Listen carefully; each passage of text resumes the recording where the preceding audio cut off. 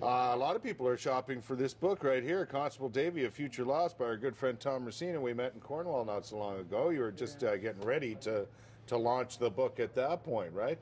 Some weeks ago. It was about, I think it was 9 days before when you guys were there, and we had the chance to talk about this. And, because you had a fantastic memorial service, right? Absolutely. We had 27 members of the family drop by all the way from California, Texas, Massachusetts, and Buffalo, New York. They came up to unveil the new tombstone, be part of that. It was awesome. Now, this is a tribute to an officer named John Robert Davey, who was killed, what was the year? 1892. He was like first day on the job? Yeah, it was. He was dead before the end of the first hour of his first shift.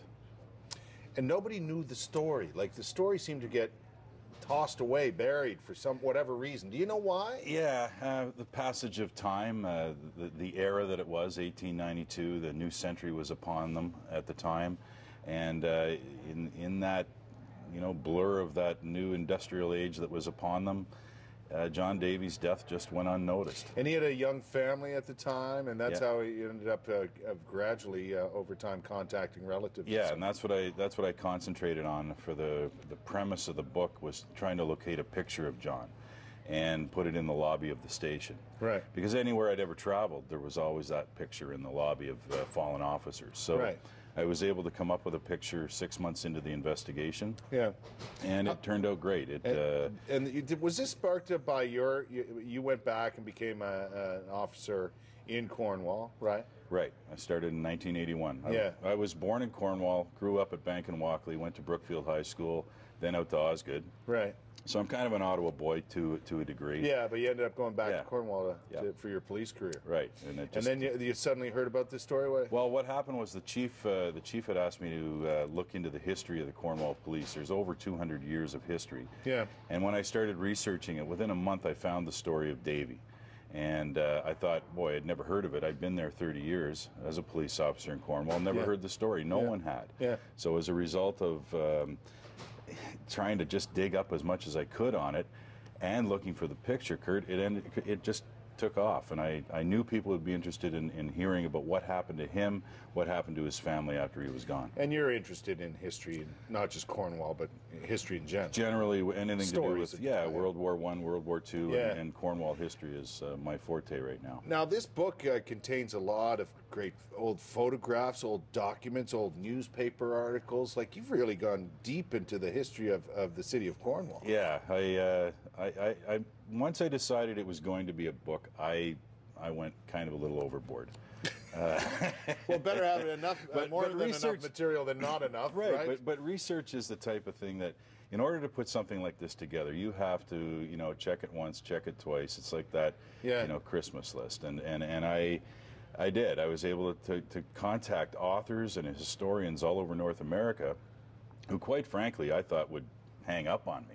But no, they were just genuinely interested in the project, and they started sending me stuff. And then the family, because other than one family out of all the family I talked to, knew the story. Right. No one knew the story about the murdered officer. Is that right? Yeah. Even his own family? Even his own family. So they must have had a keen interest in that. Oh, for sure. And I know you told me before that the surprise and the interest was as surprising to you as revealing the story to them.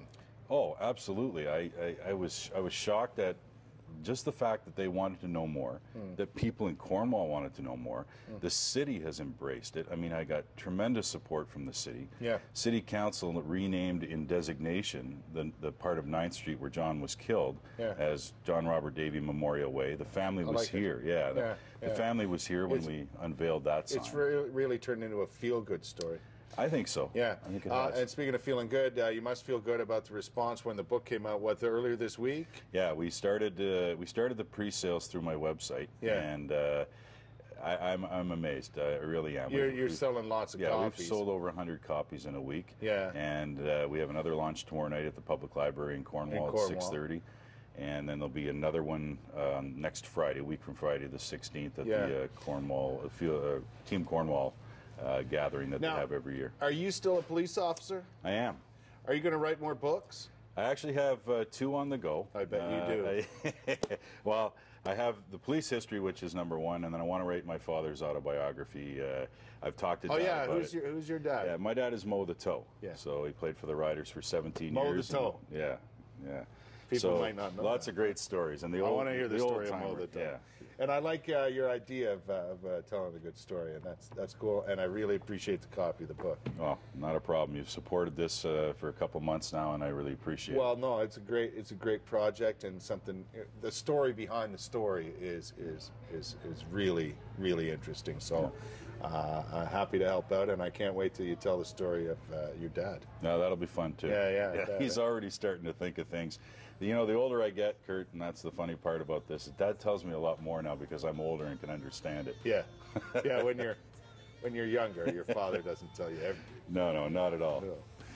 All right, Tom, thanks for coming by, my friend. Awesome. Best of Thank luck you with very you. much. Good to see you. I can't wait to read. I got to start reading this later today. 11 minutes after 9 o'clock, it's Ask the Expert. Some winter help for you from our good friends at Watson's Pharmacy and Wellness Center. We'll be right back.